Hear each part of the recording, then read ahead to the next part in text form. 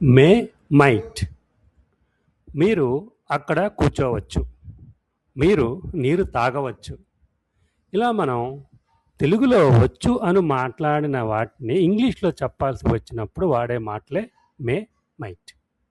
మేని ప్రశ్నలోను జవాబులోను వాడచ్చు. మే SIT there, నేను అక్కడ కూర్చోవచ్చా?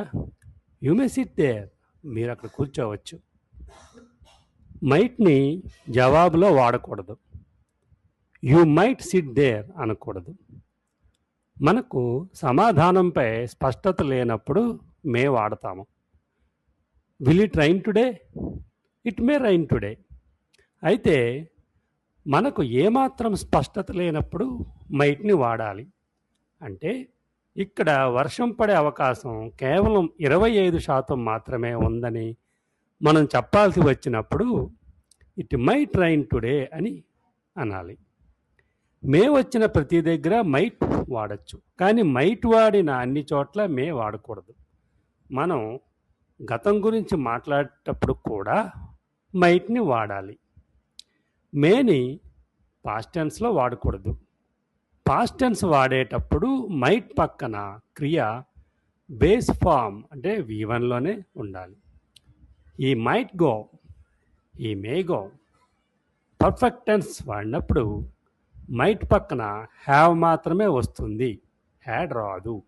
హ్యావ్ తర్వాత V3 వాడాలి. She might have watched the movie last week. గత వారం ఆమె సినిమా చూసి ఉండొచ్చు. ఆమె ఆ పని చేయలేకపోయి ఉండొచ్చు. దీన్ని ఇంగ్లీష్లో రాసేటప్పుడు మే కెన్ 2 మాటలు వాడాలి కదా. కానీ 2 మోడల్ వర్బ్స్ పక్క పక్కన రాకూడదు. అలాంటప్పుడు కెన్ స్థానంలో ఏబుల్ టు వస్తుంది. She may not be able to do that work.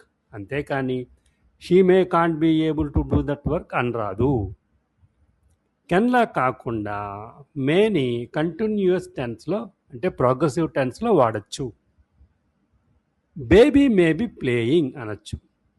Questioning, who may she be, how old may she be, how may help you. ప్రశ్నలకు జవాబిచ్చేటప్పుడు మైట్ వాడకూడదు.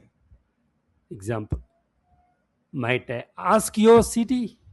ఎస్, ఐఎమ్ ఫ్రమ్ వైజాగ్ అనాలి. అంతేగాని ఎస్ యు మైట్ ఆస్క్ అనకూడదు. Negative, may not might not అని వాడచ్చు. He may not come to movie with us. Future టెన్స్లో మనం చెప్పాల్సి వచ్చినప్పుడు వాక్యంలో టుమారో, నెక్స్ట్ డే, వీక్ లాంటివి వాడాలి. Example, he may not finish the task by next week. ఈ కింది వాక్యాల్లో భావంలో తేడా గమనించండి. He may have come by now. అతడు ఈ పాటికే వచ్చి ఉండాలి అంటే ఇంకా రాలేదేమో అని అనుమానం.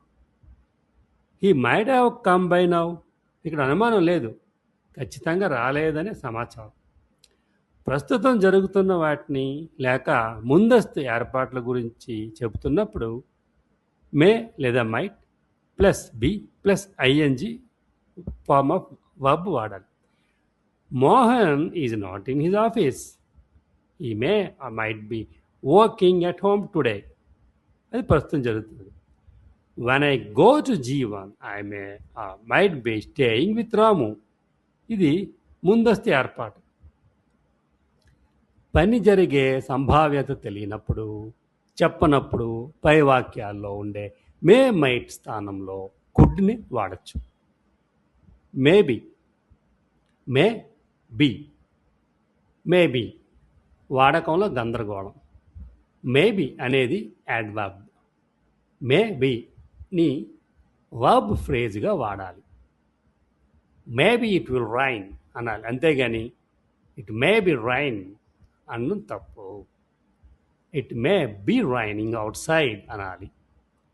సలహా ఇవ్వడానికి లేదా సూచనను మరింత మర్యాదపూర్వకంగా లేదా పరోక్షంగా తెలియజేయడానికి మనం మైట్ను ఉపయోగించవచ్చు.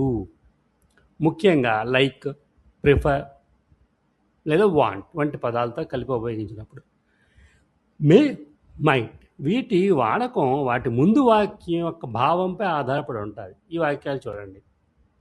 Don't throw the toy away, give it to Mohan. బొమ్మని విసిరేయద్దు, మోహన్కి ఇవ్వు. ఇక్కడ ఈ వాక్యం తర్వాత ఏ వాక్యం రావాలో చూద్దాం. A, he might have liked it. అతను దాన్ని ఇష్టపడి ఉండొచ్చు. B, he might like it. అతను దాన్ని ఇష్టపడచ్చు. దీనికి సమాధానం బి, ఎందుకంటే ఇది ప్రస్తుతం జరుగుతున్న విషయం కావున. Nobody knows wear the jewels have gone. ఆభరణాలు ఎక్కడికి పోయాయో ఎవరికి తెలియదు. ఇది గతంలో జరిగిన సంగతి కాబట్టి మైట్ హ్యావ్తో రెండో వాక్యం ఉండాలి. అంటే ఏమిటి? దే మైట్ హ్యావ్ స్టోలెన్ అనాలి. దే మైట్ బి స్టోలెన్ కాకుండా ఏ ఉండాలి ఇక్కడ. Okay, exercise. Fill in the blanks with may or might. I dash by a new phone next month. We dash win match against our opponents. You dash enter the room with shoes. She dash forget your father's name. They dash at home after returning from school. You dash leave now. ఆన్సర్లు తక్కువ ఫాంట్లో ఇచ్చాము.